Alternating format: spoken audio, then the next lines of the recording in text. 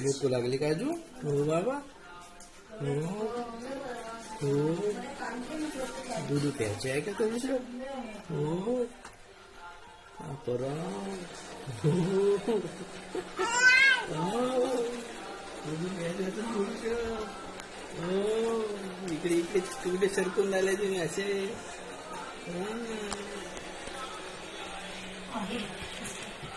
हो नाश्ता करता का तुम्ही? हो थोडसा.